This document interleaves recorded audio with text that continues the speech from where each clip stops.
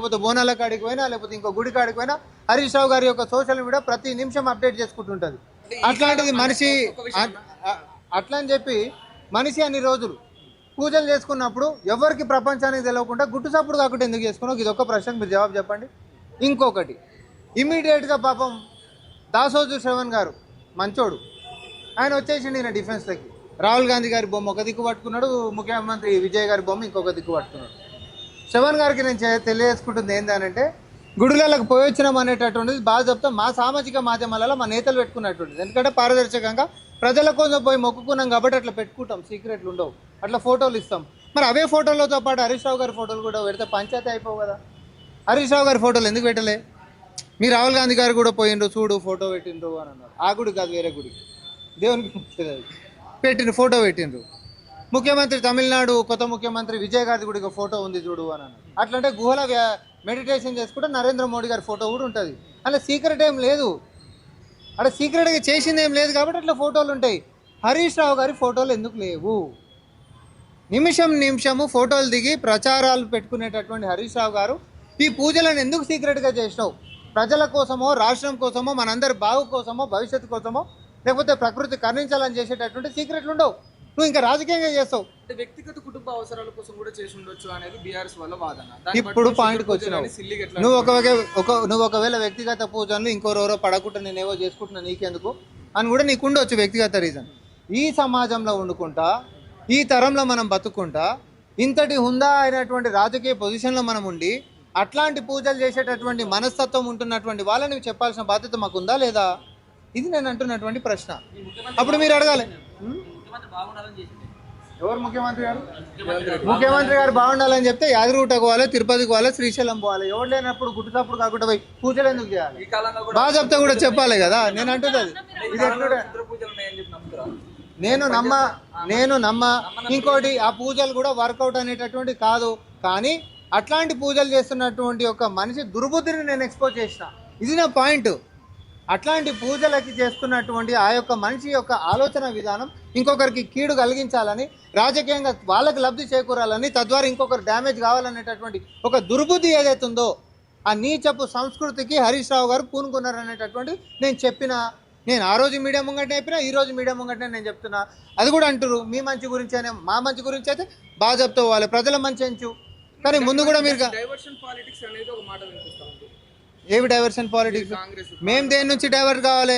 బాగా చెప్తాం. మేము ఏం చేసినా మాకు డైవర్షన్ ఏంటంటే నిన్న కూడా 21,000 కేజీలకు సంబంధించినట్టు కలిసి ఆహారం పట్టుకున్నాం. 10 ఏళ్ళలో ఏ రోజైనా పట్టుకున్నటువంటి మొక్కలేనా వాళ్ళు? డ్రగ్స్ నుంచి పిల్లల్ని దూరం చేస్తున్నాం, కలుషిత ఆహారం నుంచి ప్రజల్ని కాపాడుకుంటున్నాం, పర్యావరణాన్ని హైడ్రా తీసుకొచ్చి కాపాడుకుంటున్నాం. ఏ రకంగా ప్రజలకు మేలు చేసుకుంటలేం మీరు ఈరోజు చెప్పురి? డైవర్టివ్ పాలిటిక్స్ చేస్తున్నటువంటి వాళ్ళు ఈరోజు కూడా హరీష్ రావు గారు ప్రెస్ మీట్ పెట్టి మాట్లాడితే నేను ఏదైనా మాట్లాడుతారేమో దాని గురించి అనుకున్నా, చెవులో చిట్చాట్ చేస్తా అని అంటున్నాడు. ఎందుకు? బాజాప్తా చెప్ప, నీకేముంది? నువ్వు దొంగతనం చేసినావా? ఏమన్నా బాజాప్తా చెప్పు. లీగల్ నోటీస్ పంపించిండా? నేను కూడా పంపుతాను లీగల్ నోటీస్. నువ్వు ఆడేటటువంటి అబద్ధాలకి నేను పంపిస్తే నీ ఇల్లు మొత్తం నిండిపోవాలి. మరిగా ఏమవుతుంది లీగల్ నోటీస్ తోటి? నీ వకీల్తో పంపినావు, నేను కూడా వకీల్నే, నా జవాబు నాకుంది. I'm standing by my line. నీకు డిఫేమేషన్ అయిందంట, నువ్వు పోయింది తప్ప, నీ తేదీలు తప్ప, నువ్వు చేసిన పూజలు తప్ప, నాదేం తప్ప అని చెప్పి నువ్వు నాకు లీగల్ నోటీస్ ఇస్తావా? నిరాధారణ ఆరోపణలు అని చెప్తున్నారు. డేట్లు ఎవరు చెప్పారు? మరి అవి నిజమా అవద్దమా? ఖండించమనండి. సింపుల్ అబ్బా, నావి నిరాధారమైనటువంటి వేగిత అయితే నేను చెప్పినటువంటి తేదీలలో నేను తెలంగాణలో ఏమన్నా పూజ కాడ లేవని చెప్పానండి. ఇప్పుడు మీడియాలోనే చెప్పేటోడు కదా. అవి ఆధారం ఉన్నట్ట నిరాధారమైనవా? పంపించిన కన్నా ఉండాలి కొంచెం. ఏవవి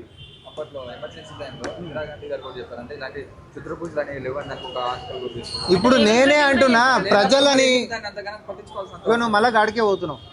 ఇప్పుడు ఊర్లల్లో ఏమన్నా జరిగి ఇప్పటికి కూడా శుద్ర పూజలు లేవు, ఇట్లాంటి మనం నమ్మొద్దు అనేటటువంటి ఒక సైంటిఫిక్ టెంపర్మెంట్ లెక్క కొత్త తరాలను మనం ముందుకు తీసుకొని పోవాల్సినటువంటి మన బాధ్యత. అవునా?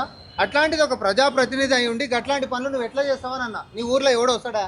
ఇట్లాంటివి మనం నమ్మం. కానీ ఇంటికాడికి వచ్చి అవి ఇవన్నీ కట్ చేసి నీటి ముంగ వేసిపోతున్నాయి చూసినావు అనుకో, నువ్వేం చేస్తావు?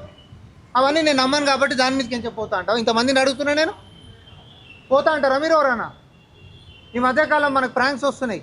ఒకడు మొత్తం రోడ్డు మీద అంతా అవన్నీ వేసేసేస్తాడు, ట్రాఫిక్ అంతా మళ్ళీ ఇంకో దిక్కుపోతుంటుంది. అవన్నీ నమ్మము, కానీ తెలియకుండా అట్లాంటివన్నీ ప్రభావం ఉంటుందేమో అనేటటువంటి ఒక విశ్వాసం మనందరి మీద ఉంటుంది. నో హరీష్ రావు గారికి నేను అంటుంది, హరీష్ రావు గారు అట్లాంటి పనులకి పూనుకొన్నారు అని అంటే ఆయన ఒక నిజ స్వరూపాన్ని మేము బయట పెడుతున్నాం. ఇది నేను చెప్పదలుచుకుంది. ఇంకొకటి అంటున్నా, ఈ మధ్యకాలంలో హరీష్ రావు నిజాలు చెప్పినటువంటిది ఒకటి చెప్పండి. నిజాలు హరీష్ రావు మన మీద చాలా మాట్లాడిండు. అదేదో రుణమాఫీ కాకపోతే రాజీనామా చేస్తా అన్నాడు, చేసిండా?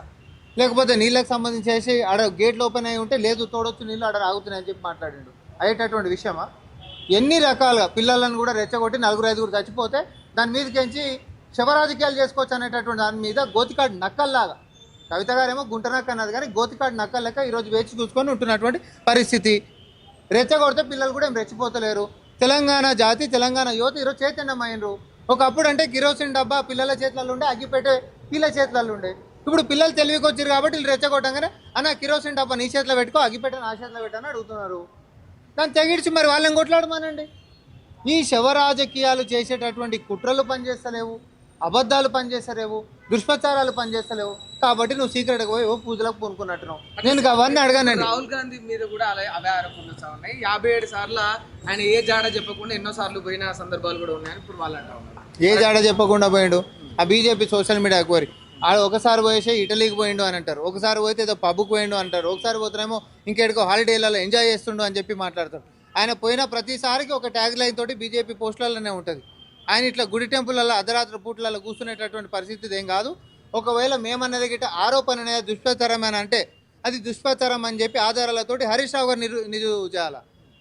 నేను తేదీలు అన్నా, నేను గుడి పేరు చెప్పిన, జాగ పేరు చెప్పిన, పలానా సమయంలో పలానా పూజలే చేస్తారా, ఆడ మంచి పూజలు చేసేటట్టు ఉండవు నేను అన్నా. కాదని చెప్పి నువ్వు నిరూపించుకోవాలి. ఇప్పుడు ఇంకా మాట్లాడతారు.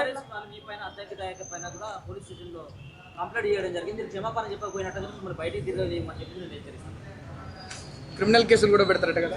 అధికారంలో ఉన్నప్పుడే ఇలా అరాచకాలు సాగుతున్నప్పుడే ఎవరికి ఇననోళ్ళం మేము వాళ్ళ అధికారంలో ఉన్నప్పుడే అరాచకంగా వాళ్ళు ప్రభుత్వం సాగిస్తున్నప్పుడే పైశాచికత్వం పీక్స్లో ఉన్నప్పుడే వెన్నుపూ చూపించినటువంటి జాతి కాదు మాది. కాంగ్రెస్ పార్టీ రక్తం ఇది. ఇట్లాంటి కప్పగంతలకి, ఇట్లాంటి పిచ్చి పిచ్చి అరుపులకి, ఇట్లాంటి పిచ్చి పిచ్చి హెచ్చరికలకి బెదిరేటోళ్ళం కాదు. గన్ను పట్టుకుంటేనో కట్టె పట్టుకునో ధైర్యం అనుకునేటటువంటి ఈ పిరికి పందలకి గన్నులకు ఎదురుగా పోయేటటువంటి మాకు చాలా తేడా ఉంటుంది. ధైర్యం అంటే ఏంటిది అనేది మా కాడికి జరంత నేర్చుకోరు, కొంచెమన్నా బాగుపడతారు. చేసేది లంగ పని, దానికి వెనకాలకించి వచ్చి నాయకుడు కాడ మన్ననలు పొందనీకి ప్రతి పనికి మాలోడు వచ్చి మాట్లాడుతూ ఉండే. నేను అంటున్నా దానికి జవాబు అడగరాదు రా మీ నాయకుడిని. సార్ ఊకే మనం వాళ్ళతో ఎందుకు మాటలు పడాలి సార్, అదేదో చెప్పరాదురు అని చెప్పి అడుగురి. మీ చిత్తశుద్ధి ఏందో తెలిసిపోతుంది. ప్రతి అడ్డమైన వాడు వచ్చేసేసి మాట్లాడుకుంటా ఈరోజు ఏమంటారు సోషల్ మీడియాలో నన్ను ఏదో అఘోర లెక్క నన్నే తయారు చేసారు. అదేదో వాళ్ళని లీడర్ని చేసుకుంటే సరిపోదా? నన్ను తయారు చేసారు, మంచిగా ఉంది ఫోటో అది కూడా. కానీ నాకు కూడా సినిమాలలో అవకాశం ఇస్తే బాగానే రాణించేటట్టే ఉన్నా నేను కూడా. కొన్ని అట్లా కూడా చూడరు.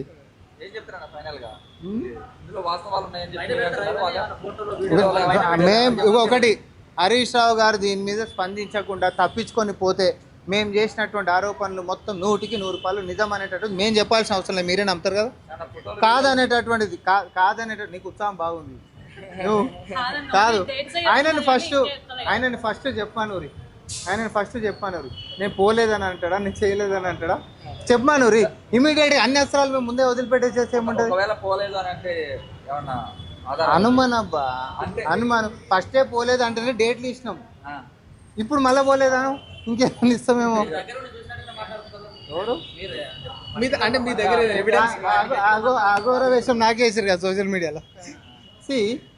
నేనేమంటున్నా అంటే రాజకీయాలలో ఉన్నప్పుడు ఒక ఉన్నత స్థానంలో ఉంటున్నప్పుడు ఇట్లాంటి చెండాలపు పనులు మీరు చేయొద్దు అనేటటువంటి నా సందేశం అంతే. ఇక్కడ వేరేదేం కాదు. నేను వ్యక్తిగతం ఆయనను మాట్లాడలే, వాళ్ళ కుటుంబ సభ్యులని నేను మాట్లాడలే. ఆ మాట్లాడేటటువంటి వ్యక్తి నేను కాదు, నాకు పరిమితులు ఉంటాయి. కానీ రాజకీయ క్షేత్రంలో మీరు ఉంటున్నప్పుడు ఒకరు సర్వనాశనం అయిపోతే మేము బాగుపడాలనేటటువంటి ఉద్దేశం మంచిది కాదు. ఒకరు చచ్చిపోతే మేము అధికారంలోకి రావాలనేటటువంటి ఉద్దేశం మంచిది కాదు. గత చరిత్ర కూడా హరీష్ రావు గారిది గిట్ట తీసుకుంటే అగ్గిపెట్టే మచ్చాను ఉత్తగా అన్నారు కదా ఈయనని. ఎందుకోసం అంటారు అగ్గిపెట్టే హరీష్ రావు గారు అని పేరు ఎందుకు వచ్చింది ఈయనకి అని అంటే రెచ్చగొట్టడము, తర్వాత ఆత్మ బలిదానాన్ని ప్రేరేపించడము, తర్వాత పిల్లలు చచ్చిపోయిన తర్వాత దాని మీదకించి అధికారంలోకి రావడం, ఇమీడియట్గా ఉద్యమ పార్టీకి మాది ఫక్తు రాజకీయ పార్టీ అని చెప్పి చేతులు దులిపేసుకోవడం. ఇది నేను కనిపెట్టింది కాదు కదా, ఇది మీరందరూ అయితే మనం చూసినటువంటిదే కదా. నువ్వు మల్లన్న సాగర్ ముంపు ప్రాంతం ప్రజలను ఏం చేసినావు తెలియదా? నీ రాక్షస పరిపాలన తట్టుకోలేక చితి పేర్చుకొని చచ్చిపోయినరు. చితి పేర్చుకొని అదే ఇంట్లో చచ్చిపోయినటువంటి చరిత్ర. నువ్వు ప్రాణాలు పోతే దాన్ని ఆస్వాదించేసేసి అధికారంలోకి ఎట్లా రావాలని కుట్రలు చేసేటటువంటి హరీష్ రావు నీవు ఎక్స్పోజ్ అయినావు. నేను మళ్ళీ చెప్తాను, నువ్వు ఎక్స్పోజ్ అయినావు. నువ్వు క్షమాపణ అని అంటున్నావు. నీ జేజం వచ్చినా నీకు క్షమాపణ చెప్పేటాడు ఎవడు ఉండడు.